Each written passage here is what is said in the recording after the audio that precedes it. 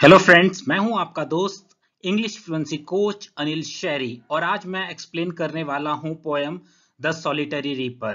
तो चलिए दोस्तों शुरू करते हैं। In this poem the poet William Wordsworth tells us about a girl who is in a field alone. इस पोएम में poet William Wordsworth, the solitary reaper के पोएट हैं विलियम वर्ड्सवर्थ, वो हमें बताते हैं एक लड़की के बारे में जो अपने खेत में अकेली है। फील्ड का मतलब है खेत। As she is harvesting her crops, she is singing a song which echoes in the deep valley. जब वो अपनी फसल काट रही है, हार्वेस्टिंग का अर्थ होता है फसल काटना और इकट्ठा करना।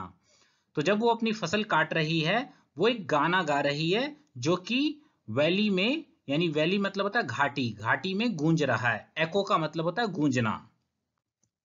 The poet is not sure what the song is about, but because of the tune of the song, he can predict that the song is sad.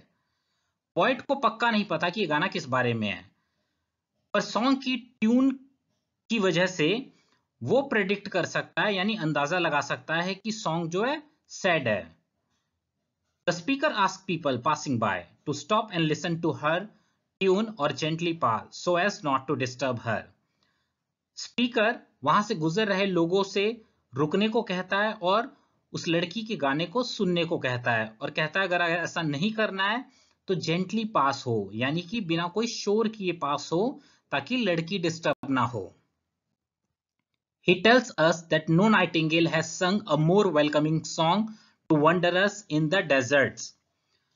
Poet हमें बताता है कि किसी भी नाइटिंगेल ने रेगिस्तान में घूमने वालों के लिए इससे ज्यादा वेलकमिंग सॉन्ग नहीं गाया है।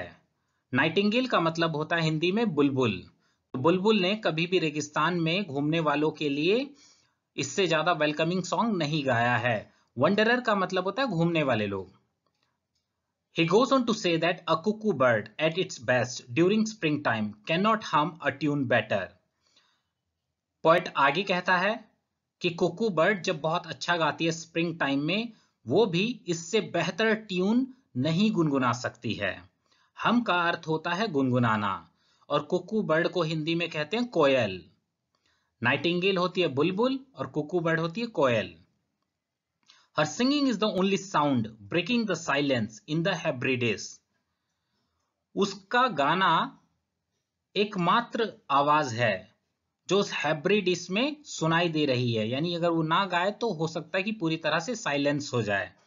हेब्रिडिस कहते हैं अ ग्रुप ऑफ आइलैंड्स को।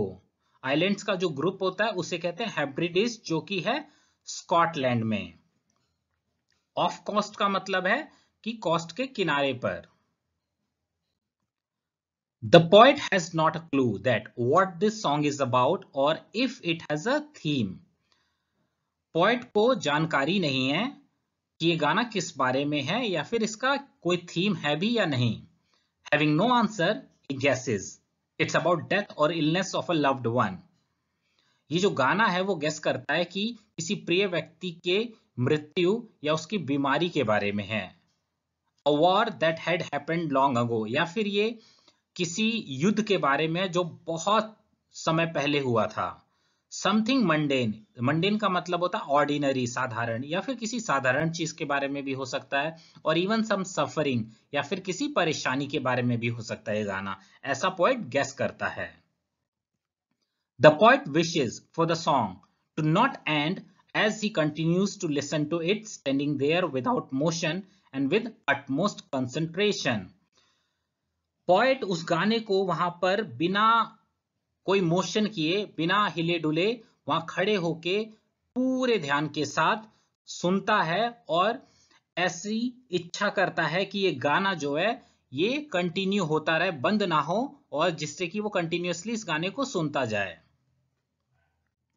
The song is still playing in his heart even after he has climbed up the hill quite away from the girl when actually he can't hear her singing the song. दोस्तों, इस line का meaning बताऊं उससे पहले मैं ये बताना चाहता हूं कि सॉलिटरी रीपर को जब वो देखता है, यानी कि उस लड़की को जब वो क्रॉप हार्वेस्टिंग करते हुए देखता है, उस वक्त जो पोएट है वो मॉर्निंग वॉक पे निकला होता है। तो मॉर्निंग वॉक करते करते वो पहुंच जाता है हिल के ऊपर, यानी कि लड़की को गाना सुनते सुनते वो आगे बढ़ जाता है बाद में, और वो पहुंच जाता है हिल के ऊपर।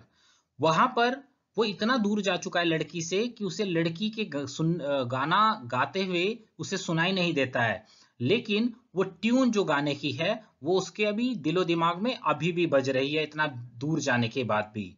यानी कि इस लाइन से हमें ये पता चलता है कि वो गाना इस पोएट को बहुत पसंद आया, वो गाना बहुत अच्छा था, उस गाने की ट्यून बहुत अच्छी थी, इसीलिए इतना दूर जाने के बाद भी ये गाना अभी भी पोएट के दिलो दिमाग में बज रहा है। तो बस इतनी सी थी दोस्तों ये पोम। आई होप आपको बहुत अच्छे से समझ आई हो। Please like this video and share it with as many people as you can. Thank you friends for watching this video. Bye friends.